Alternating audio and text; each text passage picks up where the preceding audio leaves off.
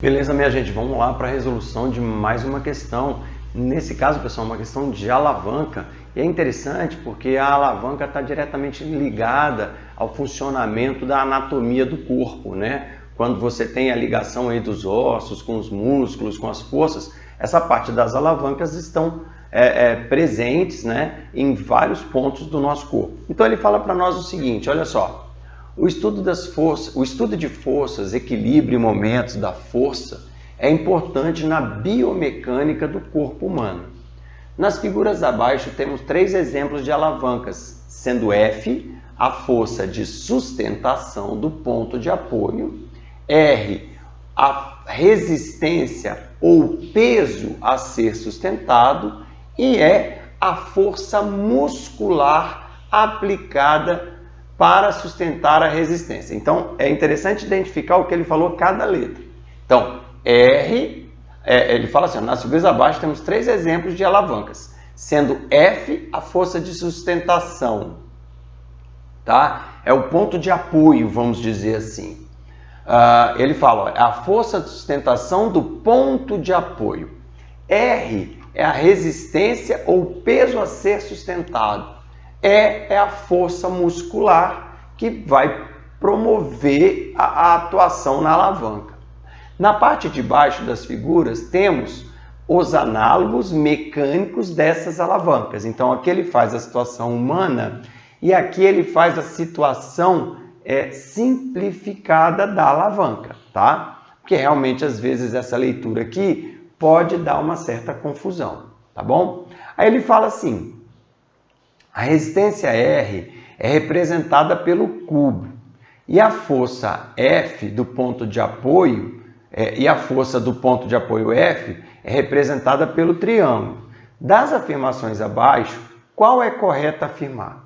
Bom, gente, a primeira coisa é o seguinte, o nome de uma alavanca se dá pelo que acontece aqui, tá? Pelo que acontece entre as pontas. Como assim, professor? O ponto fixo, esse negócio é assim, ó, isso aqui sobe, isso aqui pode descer e aqui vai ser o ponto de giro, vai ser o chamado ponto fixo.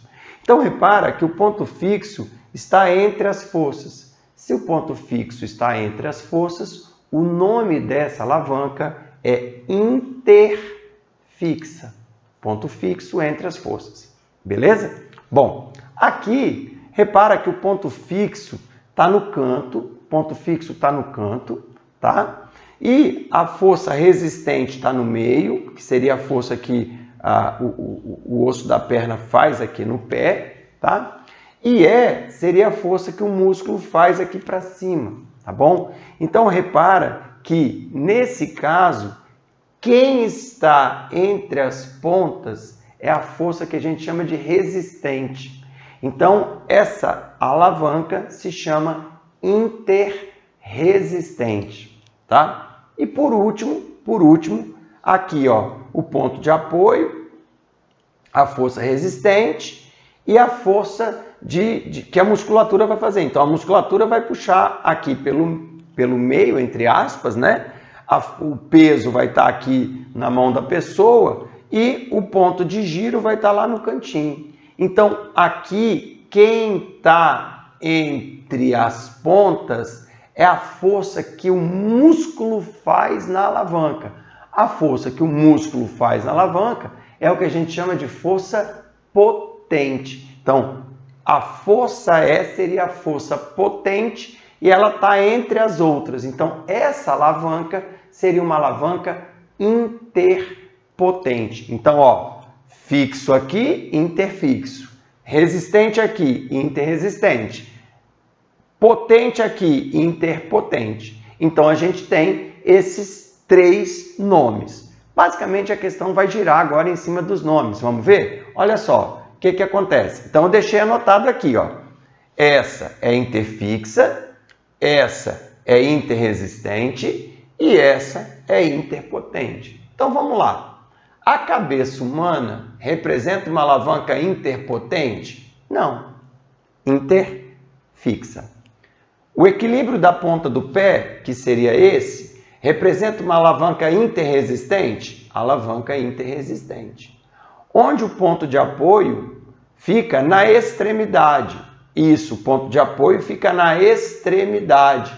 E a resistência a ser sustentada fica entre o apoio e a força aplicada. Então, realmente, a resistência está aqui, a força aplicada pelo músculo está aqui atrás. Automaticamente, gente, a letra B é a alternativa correta, sem discussão. Letra C. O braço representa uma alavanca interfixa? Não. O braço representa uma alavanca interpotente. Em todas essas alavancas, o equilíbrio é garantido apenas pela somatória das forças igual a zero?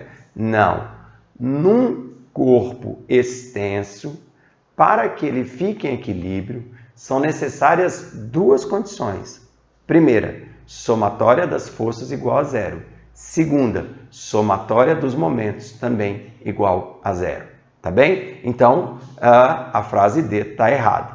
Letra E. Nas alavancas interpotentes e interresistentes musculares, as forças musculares são sempre menores do que as forças de resistência R a serem sustentadas. Bom, olha só, pessoal. Aqui ele complica um pouquinho, que é o seguinte. Para a gente saber se a força é maior ou menor, a gente tem que analisar a distância dessa força ao ponto de giro. Se uma força está mais longe do ponto de giro, ela é uma força menor. Se uma força está mais perto do ponto de giro, numa distância pequena, a força é maior. Então, repara que ele fala da interpotente e da interresistente. Então, interpotente, tá? Interresistente. O que vai acontecer? No caso aqui, o ponto de giro está na ponta, tá? O ponto de giro é aqui. Então, a força resistente está numa distância pequena. Então, a força resistente é maior do que a força potente.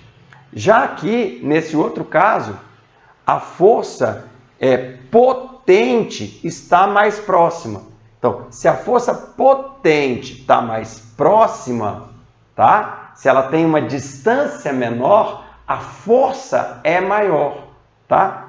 Automaticamente, aqui a força potente é maior, aqui a força resistente é maior. Automaticamente fala que as forças eram iguais. Não é bem isso que ele fala. Nas alavancas interpotentes, as forças musculares são sempre menores. Não pode. Para a força E ser sempre menor, a distância da força E até o ponto de giro tinha que ser sempre maior. A distância da força E aqui é maior, beleza. Mas a distância da força E aqui é menor. Então, fura. Está errado. Beleza, gente? Valeu com isso, alternativa letra B. Valeu e até a próxima questão. Tchau, tchau.